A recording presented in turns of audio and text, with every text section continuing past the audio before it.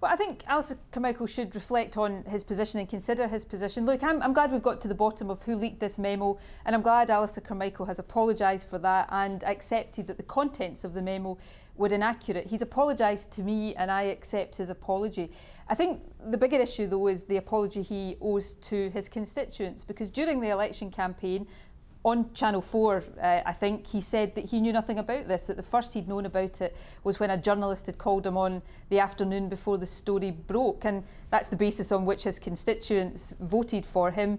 And now after the election, because a leak inquiry had effectively found him guilty, he has confessed to actually knowing about it all along and actually being the one who leaked the memo. So his constituents and the voters in his constituency elected him on a false basis, and I think at the very least he needs to apologise to his constituents and I think reflect further on his position. I mean, you're saying he should step down as an MP, really, aren't well, you? I mean, if it was down to you. Look, I'm saying he should consider his position, and I think it's ultimately a matter for him. But, he had a majority a couple of weeks ago of less than 1,000.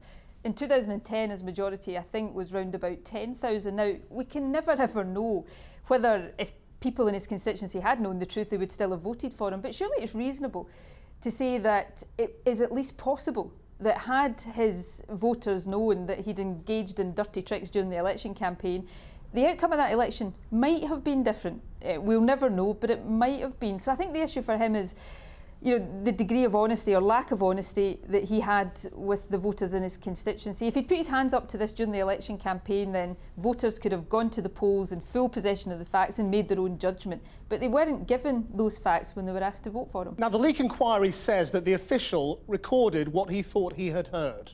Yeah. Obviously, you must have had a conversation about David Cameron. I'm not asking you to tell us exactly what you said, but I mean, presumably you said something along the lines of, well, David Cameron would probably help the SNP cause because he'd make people more pro-independence. No, I didn't. I didn't say any of that. And, the thing is, that was established within hours, I think, of this story breaking. And people don't have to just take my word for it. If it was just me saying, I didn't say this, then I accept people might look at it and say, well, she's a politician, she was in an election campaign, maybe we can't take her word for that. But it's not just me saying that. Well, what did you say about David Cameron then? I don't recall, I don't recall having a discussion. I'm sure that David Cameron's name came up because we were talking about the election campaign in general. We were talking, this was fairly imminent before the general election campaign, but I did not say what I was alleged to have said. And what I was going on to say is, you don't have to just take my word for that. The person who I was in conversation with, the French ambassador, she says I didn't say it. So Indeed. two people are having a conversation and two people say this wasn't said. There's no question there, therefore, that this wasn't said. The question is, why was this leaked? Now, David Cameron is trying to negotiate Britain's role in Europe today. Do you wish him well with any of that, or do you just think he's on the wrong track?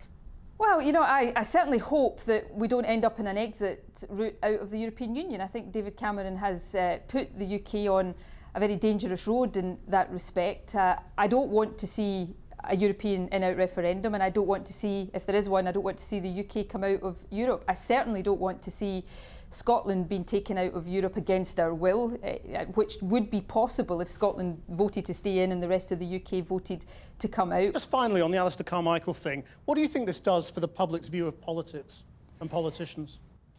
Well, I hope the fact that we've got to the bottom of this and the person who leaked this in an attempt to engage in a smear tactic and have dirty tricks in a campaign has been found out should be a lesson to all of us. I believe very strongly that as politicians we should fight election campaigns on the strength of our ideas and our policies and our vision for the future of the country, not on the basis of dirty tricks. And can you hold your hand up and say you've never leaked any government documents?